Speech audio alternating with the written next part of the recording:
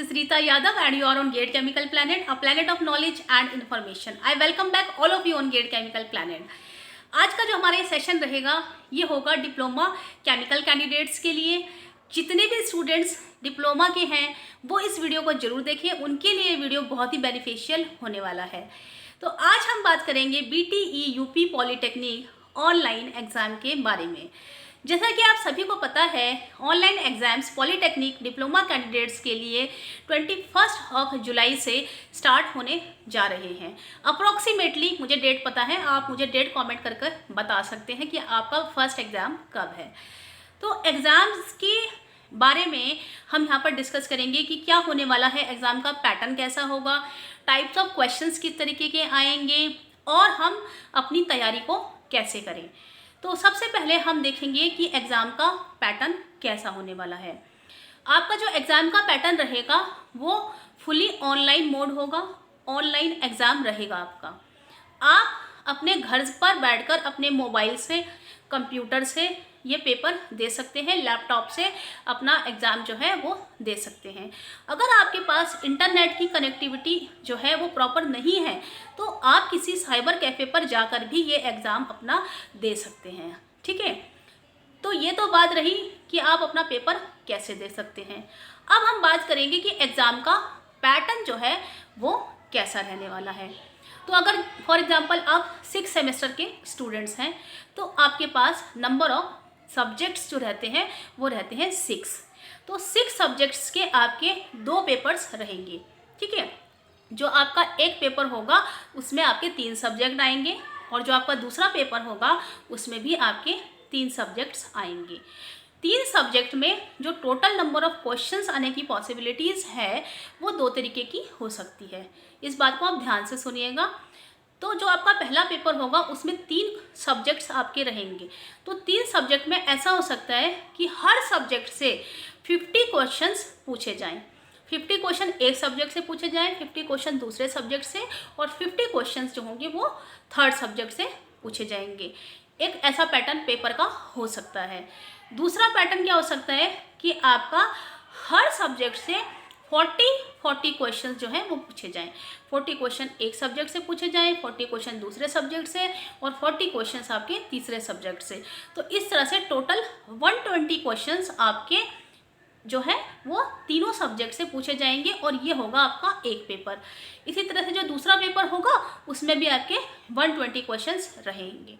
तो अगर आपके 50 क्वेश्चंस आते हैं हर एक सब्जेक्ट से तो 50 क्वेश्चंस के लिए आपको जो अप्रॉक्सीमेट टाइम दिया जाएगा वो दिया जाएगा 90 मिनट्स का।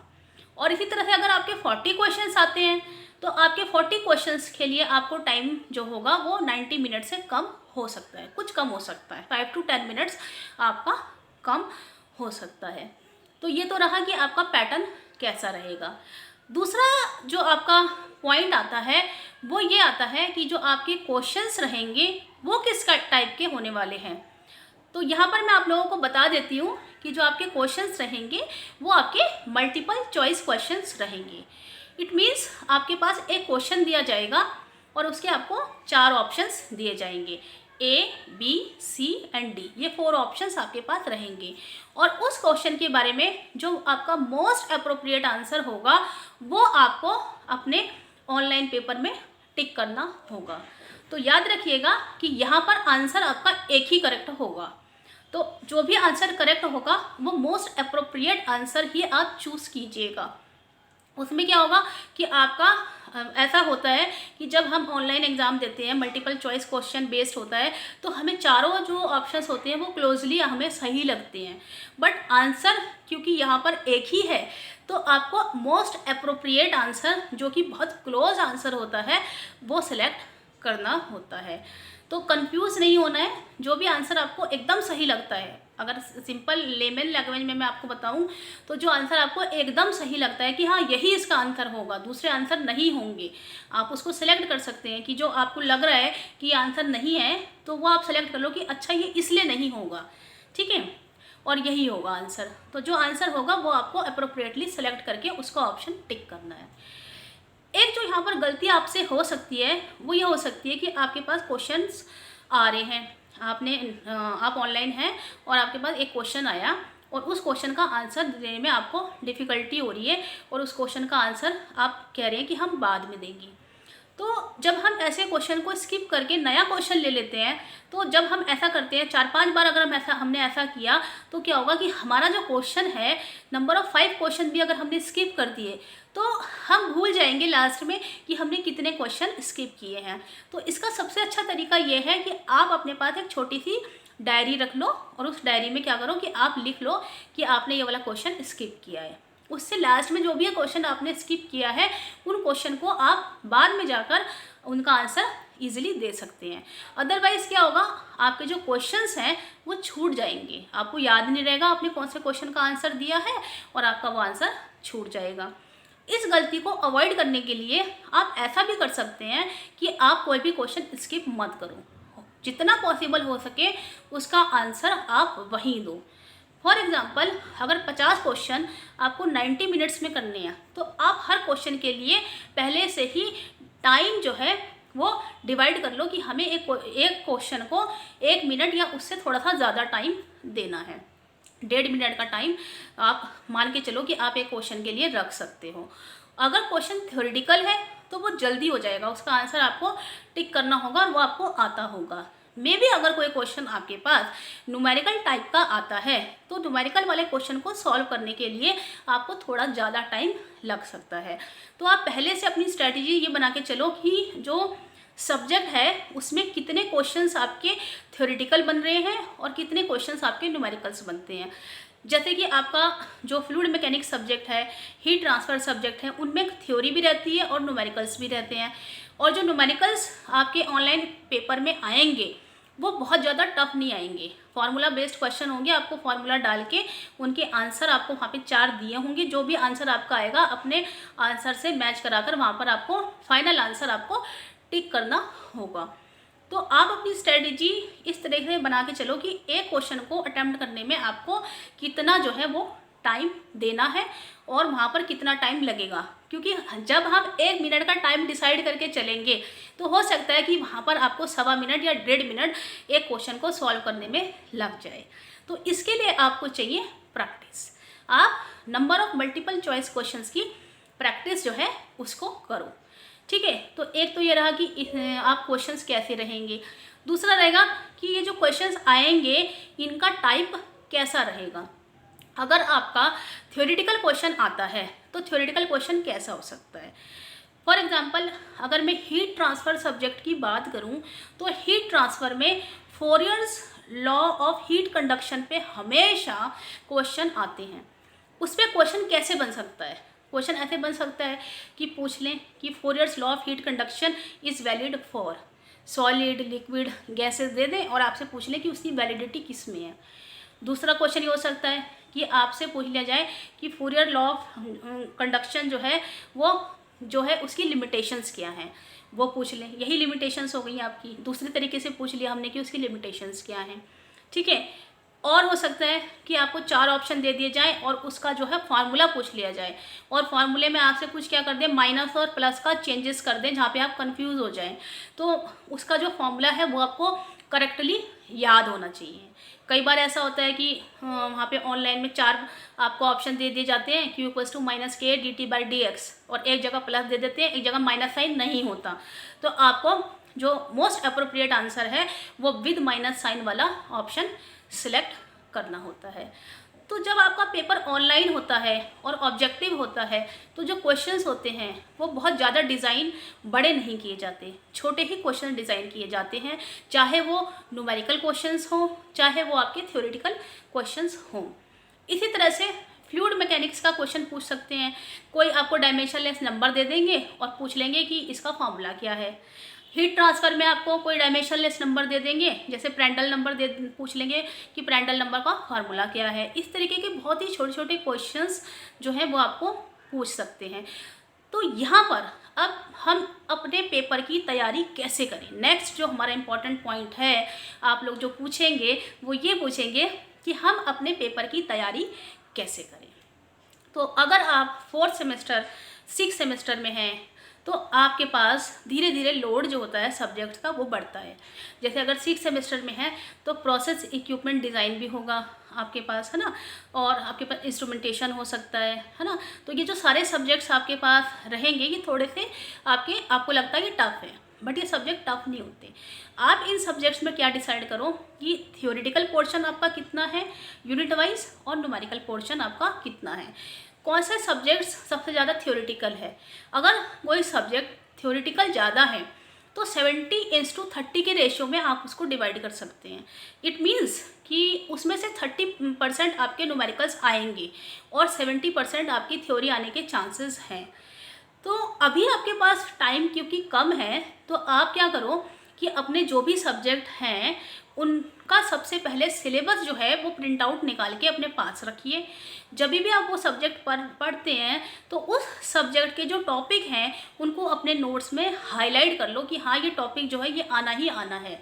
ये टॉपिक अगर इसमें दिया है उससे रिलेटेड कोई नेम्ड लॉ है, जैसे फोरियर्स लॉ है, न्यूटन्स लॉ ऑफ कूलिंग है आपका, है ना, और आपका वीन्स डिस्प्लेसमेंट लॉ है, ये सारे जितने भी हैं, या डीटस वोल्टस इक्वेशंस हैं, जो नेम्ड इक्वेशंस हैं उन इक्वेशंस के फार्मूले जरूर याद करके जाओ।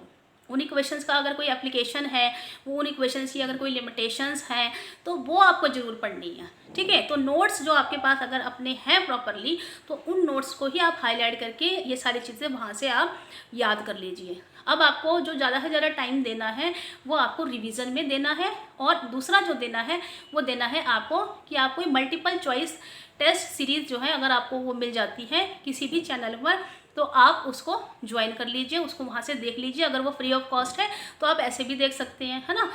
तो ये चीज़ें आप कर सकते हैं। सबसे पहले आपको ये डिसाइड करना होगा कि उस सब्जेक्ट में थ्योरेटिकल और न्यूमेरिकल कितना है, उसके बाद आप अपना जो है रिवीजन कर सकते हैं। और अब आपको जो रिवीजन है वो रेगुलर बेसिस पे पर आवर आपको इतना मुझे करना ही है रिवीजन, ये डिसाइड करके आपको चलना है। और अगर एक सब्जेक्ट है मास ट्रांसफ़र, तो मास ट्रांसफ़र में जितनी भी नंबर ऑफ़ यूनिट्स आपके सिलेबस में दी गई हैं वो सारी यूनिट्स जो है वो आपको पढ़कर जानी है। अगर आप छोड़ना भी चाहते हैं, मेरे ख्याल से तो आपको छोड़ना नहीं चाहिए। अगर आप चाहते हो कि आपने एक यूनिट है और वो आपकी 4 पीरियड की है, उसमें से कम आता है, तो आप क्या कर सकते हो कि उस यूनिट को एंड के लिए रख लो कि हम इसको एंड में तो रिवाइज करके जाएंगे ही जाएंगे। छोड़कर आपको कोई भी यूनिट जाने से बेनिफिट नहीं मिलने वाला।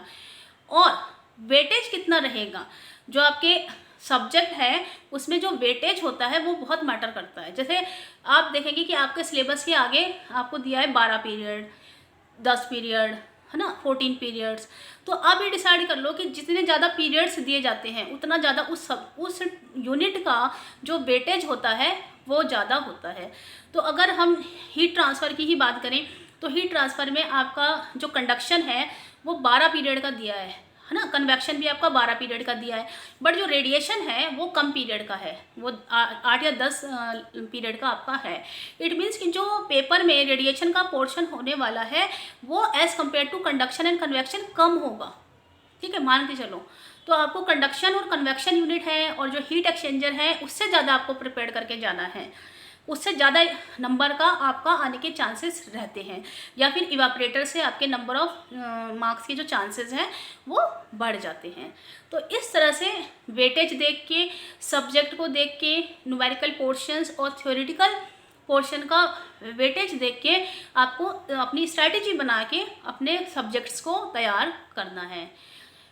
दूसरी जो इम्पॉर्टेंट चीज़ आती है, यहाँ पर मैंने बताया मल्टीपल चॉइस क्वेश्चंस की प्रैक्टिस आपको ज़्यादा से ज़्यादा करनी है। तो अगर आपने ऑलरेडी मल्टीपल चॉइस क्वेश्चंस अपने पास बनाए हुए हैं तो ये बहुत अच्छी बात है। अगर आपके पास नहीं है तो यहाँ पर मैं आपकी क्या हेल्प कर सकती हूँ वो मैं आपको बता देती हूँ।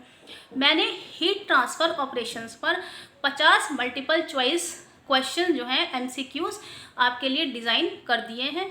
आपने रिक्वेस्ट की थी, कुछ स्टूडेंट्स ने बोला था कि हमारा पेपर है, तो यहाँ पर जो मैंने डिज़ाइन किया है वो आप अटेम्प्ट कर सकते हैं। उससे आपको बेनिफिट क्या मिलेगा, उससे आपको बेनिफिट ये मिलेगा कि आपको टाइम की जो एक्यूरेसी है वो आप वहाँ पर जाकर चेक कर सकते हैं।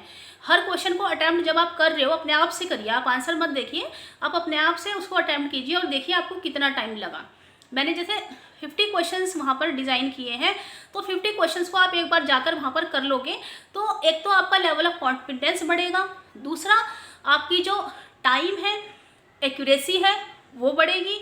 आपको पता चल जाएगा आपको एक क्वेश्चन करने में कितना टाइम लग रहा है। तो जहाँ तक मैं आप लोगों का हेल्प कर सकती थी, मैंने आप लोगों के लिए मल्टीपल चॉइस क्वेश्चंस की सीरीज़ बनाई है, आप वहाँ से देख सकते हैं। दूसरा आप और क्या हेल्प ले सकते हैं, मैंने MRPL, HPCL और मल्टीपल चॉइस क्वेश्चंस मास ट्रांसफ़र पर और मेरे जो लेक्चर हैं प्रोसेस कैलकुलेशंस पर, वो प्लेलिस्ट पर अवेलेबल है। अगर आप देखना चाहते हैं तो उसको भी आप देख सकते हैं। They are very very beneficial for all the exams, either for the competitive exam and also for your semester exams. तो जितने भी डिप्लोमा कैंडिडेट्स के लिए अभी तक मैंने सीरीज़ बनाई हुई है, आप वहाँ पर जाके सब्जेक्ट वाइज वो क्वेश्चंस अवेलेबल है, आप वहाँ से देख सकते हैं। अदरवाइज़ अगर और भी किसी की यूट्यूब सीरीज़ चल रही है तो आप उनके भी क्वेश्चंस को ज़रूर देख कर जाएँ। कई बार ऐसा होता है कि जो क्वेश्चंस मेरे पास आपको नहीं मिलेगा वो दूसरे क्रिएटर्स भी आपको दे सकते हैं, तो इसमें कोई भी ऐसी बात नहीं है। आपको जहाँ से क्वेश्चंस मिलते हैं आप वहाँ से पढ़ सकते हैं। आपको तो बस अपने पेपर की तैयारी करनी है और पेपर में आपके जो मार्क्स हैं वो आपके आने चाहिए। तो जो मिस्टेक्स बताई मैंने वो अवॉइड कीजिएगा, और पेपर में एक ही तरीका है मार्क्स लाने का, और वो तरीका होता है स्ट्रैटेजी पहले डिसाइड कीजिए, उसके बाद उस स्ट्रैटेजी के अकॉर्डिंग ही आप अपनी जो है स्टडीज़ कीजिए। और उस पेपर का वेटेज ज़रूर देखिए कितना आता है, वो कितने मार्क्स का आता है। वेटेज देखने का तरीका मैंने आपको बताया कि सिलेबस में नंबर ऑफ़ पीरियड्स को आप ज़रूर देखिए, ठीक है। तो thank you so much, all the best for your exams. और अगर आपको कोई क्वेश्चंस या कोई भी आपकी क्वेरी रहती है तो आप कमेंट बॉक्स में कमेंट कर सकते हैं। I will try my best to give the proper answer. Thank you so much, have a nice day.